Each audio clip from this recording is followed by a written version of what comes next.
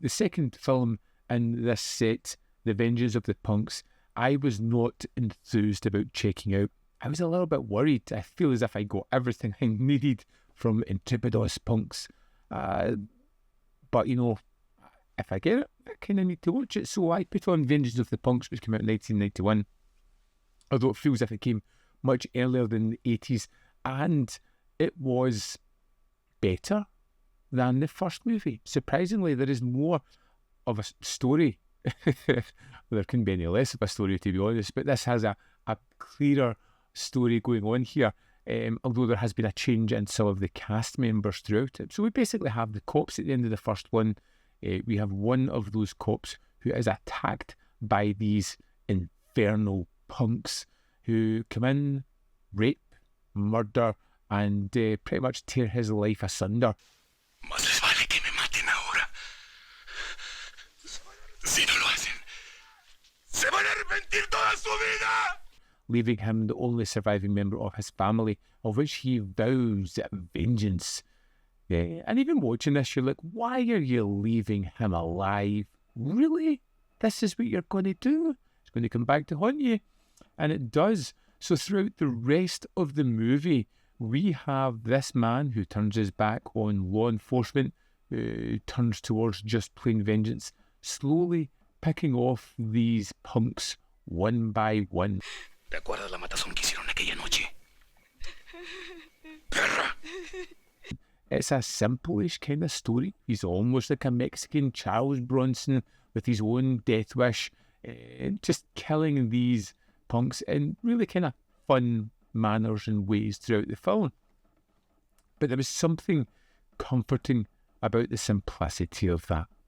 The way the film has this almost rinse and repeat setup of the gang being obnoxious and twisted as they were in the first movie, but ultimately getting their comeuppance. The way our hero, Mexican Charles Bronson, would capture somebody, kind of taunt them, kill them, deal with them, and then move on, was, well, yes, repetitive of a certain sort, but it was also kind of different in the way we'd kill everyone, or the conversation we'd have, so it kept it fresh enough, and it was funny enough.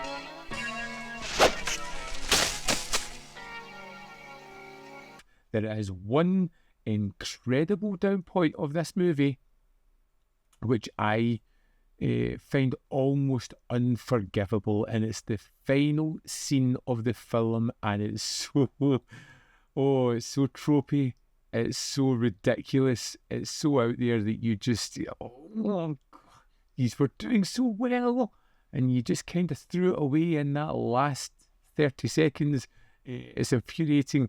If I ever watch this one again, which would be the only one I would watch out of this set, I will probably stop it just after the final battle, because that's enough. We get everything answered there that we need to get answered.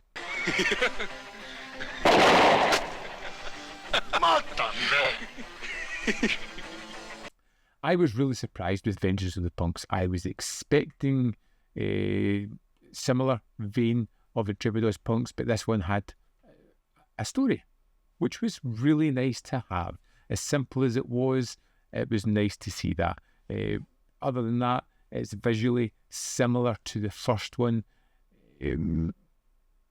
The quality at the start of this one, of the transfer, wasn't as great. You can tell there was some damage to it, but that's not the end of the world. That's not something that would detract from the film ultimately.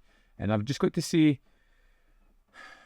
pleasantly surprised. I don't know if it was my expectations going into this one, not expecting much, but I got something that was genuinely fun.